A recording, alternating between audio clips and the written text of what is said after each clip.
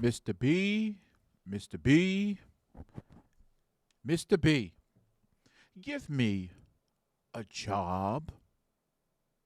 I've only been a security guard for 2 months, but I went and I took the 47-hour course, Mr. B. Do you understand, Mr. B? And now I am a licensed armed security guard. And I would love if you could give me a job, even though I've only been a security guard for 2 months. I'd never been law enforcement or military or corrections. Mr. B, will you consider? Hell no, I'm not going to consider that. Right? So, welcome back to the podcast.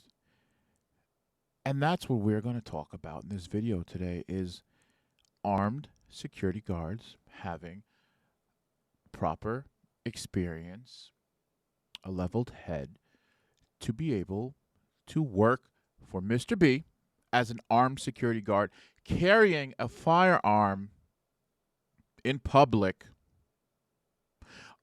with our company name and insurance attached, right? So, to get into it, being an armed security guard is not just about carrying a gun,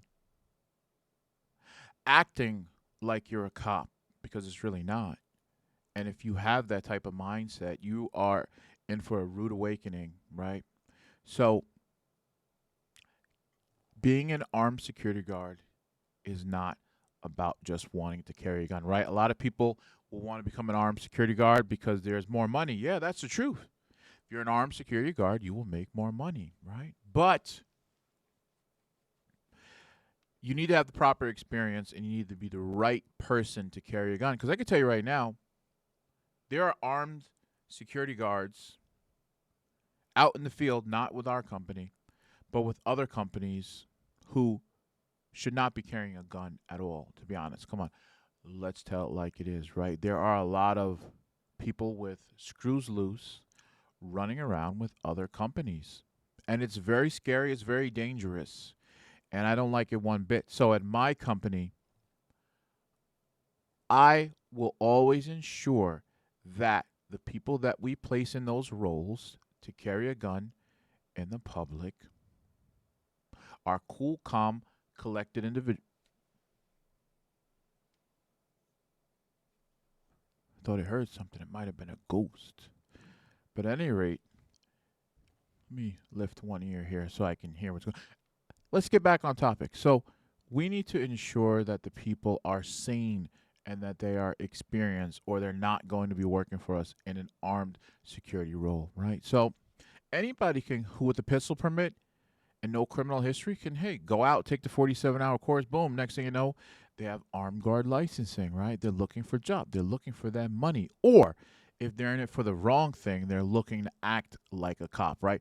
Let me tell you something. Having a gun on your hip gives you no special authority, no special perks, no nothing like that. So if you think that you're going to get into the game to feel like you're a cop or to get perks or to get girls on your shoulders, it's not going to happen, guys. Come on now. Let's be honest, right? So, right, don't get in it for the wrong reasons. But me personally, I feel that before somebody gets to work for me, my company, armed, they need to really work as an unarmed security guard in the field first, right? Because there's so much experience that needs to be had and exposed to first without a gun for the person to be able to be built up into a great security guard, right? Dealing with the public in and of itself can be challenging, right? So if we think about working at a site where it's nothing but a problem site, right, where there's all type of conflicts and that would be the perfect site for somebody to work at. And it may sound backwards, but it would be the perfect site for somebody to work at to learn how to deal with different types of clientele, different types of personality. This way that when now they get into the armed role, they know how to handle themselves. I'm not talking about shooting people or beating. I'm talking about talking to people, de-escalating, removing themselves from a situation, talking a situation down before something results or has to result in the use of deadly physical force, right? So carrying a gun on your hip is a huge responsibility, and it is a huge liability, right? Where you are liable for things you do and don't do, as well as the company, right? I tell people, hey, look, every round that you got in a magazine is a $1 million lawsuit, right? You shoot somebody when the use of deadly physical force wasn't called for, you're you're going to jail, but you're going to get sued, right? Even if you're found it was justified, you're still going to probably get sued by the person if they're alive or the family. So it's important to understand, like, you need to have the experience, the exposure first, right? So a lot of people, they'll be a brand new security guard and then they'll jump right to the 47 hour. Honestly, I don't agree with it. I don't agree with it whatsoever, right? So, but here's the thing, right? A lot of other companies won't hire a brand new armed guard unless they're prior or active law enforcement, military, right? But so that forces, okay, somebody just spent $600, $700, $800 on an armed guard course on a license that they can't even use now because why? Nobody wants to give them the opportunity, right? But you have to start somewhere. So sometimes security companies do have to hire brand new people only after putting them through rigorous testing, right?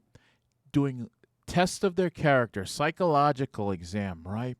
Doing other little internal tests to see how they react, right? I'm not going to lie.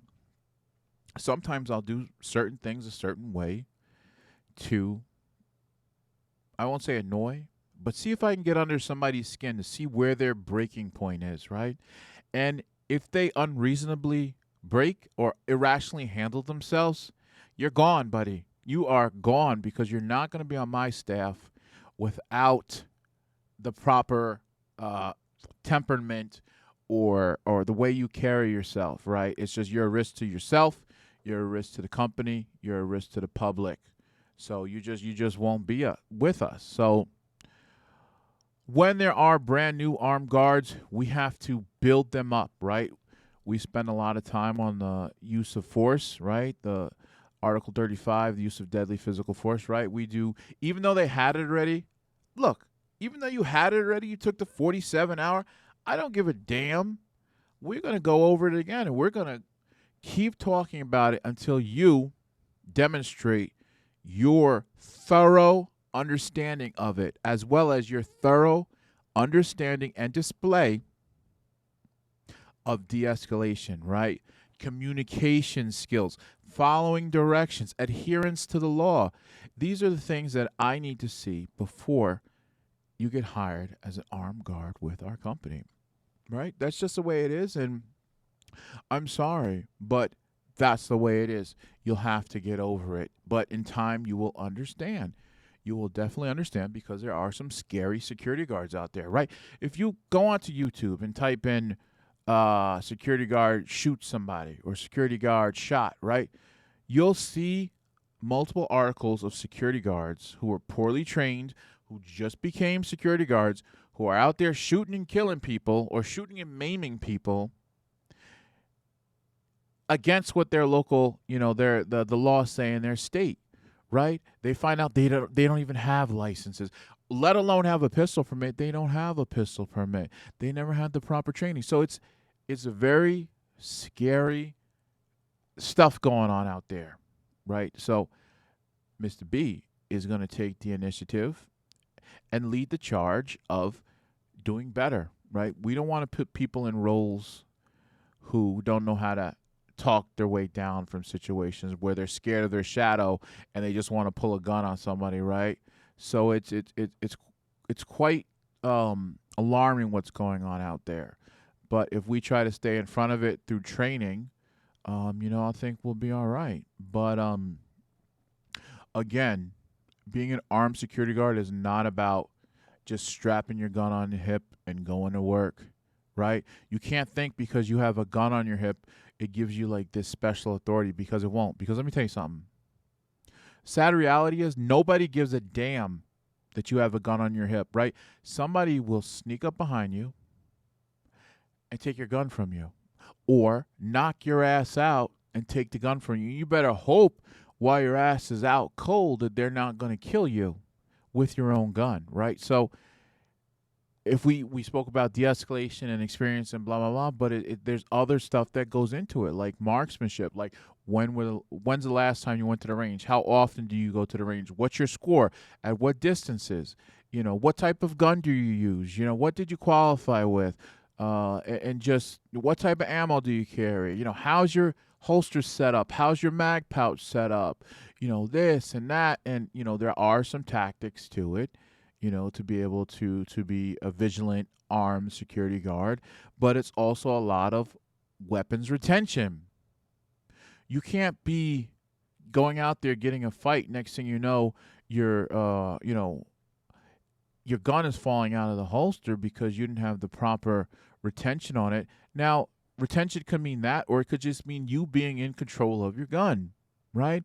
The 47 hour, well, it's really based on what the instructor has put together, whether it's a custom course or it's the actually no, because the 47 hours of state, there's no customization to it. But some instructors do like to add in some other stuff, tactics and weapons retention, like what to do if somebody establishes grip on your firearm while it's in your holster, and this and that and da da da, which is all good. But a lot of places don't do that because the instructors are not qualified to teach us stuff outside of what's in the material in the 47 hour. But again, there's so much that goes into being an armed guard that's not just so simple as strapping a gun on and going to work, right? Because like I said earlier, it's a major responsibility and it's a major liability. Anything you do or don't do, you will be responsible for, right? So I caution people to think about immediately going from unarmed guard with barely to no experience as an unarmed guard directly to an armed guard. I feel people need to be exposed to a lot more stuff to be able to carry their gun, right? And some people will come for an interview and be like, hey, look, what are you talking about? I did the 47 hour. I don't need any additional training from you, Mr. B, or I don't need to be spoken down to. I know what I'm doing, Mr. B. And I was like, okay, well, sorry, we'll call you if we need you, okay, right? Or they'd get hired and then it's just, oh, well, I don't want to do. My other company, we don't do biannual or annual qualifications, Mr. B. You're the only company that pushes people to do all this training and stuff and blah blah blah blah blah blah blah. I'm like, bro, training is that big of a deal to you? I don't think you're going to work out at our company, because training never stops. Wanting to learn never stops. For you to sit up here and to cry about additional training requirements and live fire training and simulator training and saying that it's all too much because another company, I don't give a damn what other companies do. This is Mr. B's company, not those company, right? If you really cared so much about them, you would be with them. You wouldn't be sitting here in front of Mr. B. And let me tell you something. The buck stops here, because if you want to be part of our organization, our family, our team, you will do exactly what I tell you to do, right? And I don't mean to be so direct, and I'm never so direct. But sometimes you have to put your foot down with people, right? They think that they could just walk all over you, right? So no.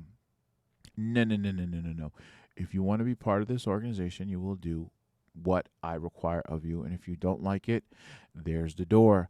Adios, right? So again, definitely, I mean, if you want to take a 47 hour, take the 47 hour. Just understand that you may not be afforded the opportunity to use that license yet until you get experience, right? So until next time, just be careful out there. There are a lot of interesting security guards running around. Thankfully, none of them are in our company. When I mean interesting, I mean like if you see them, you probably want to run the other way. But thankfully, we don't have that. But you will see that with other people out in the field. So again, stay safe, take care of yourself, and until next time, I will see you later.